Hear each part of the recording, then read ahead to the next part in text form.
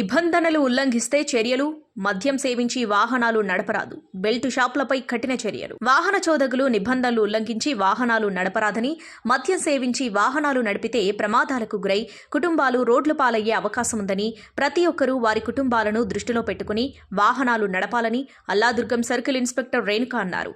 మెదక్ జిల్లా రేగోడ్లో ఆటో డ్రైవర్లతో సమావేశం నిర్వహించిన అనంతరం ప్రమాదాలు జరగక మెదక్ జిల్లా రేగోడ్లో ఆటో డ్రైవర్లతో సమావేశం నిర్వహించారు.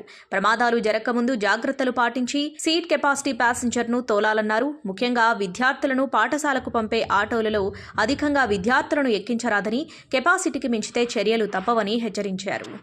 అవసరం వచ్చాం కదా, శవాలకి కావాల్సిన కర్మ ఏంటి? ఇప్పుడు మా ఇంట్లో చనిపోతే మేము చాలా లేట్గా పోతామండి.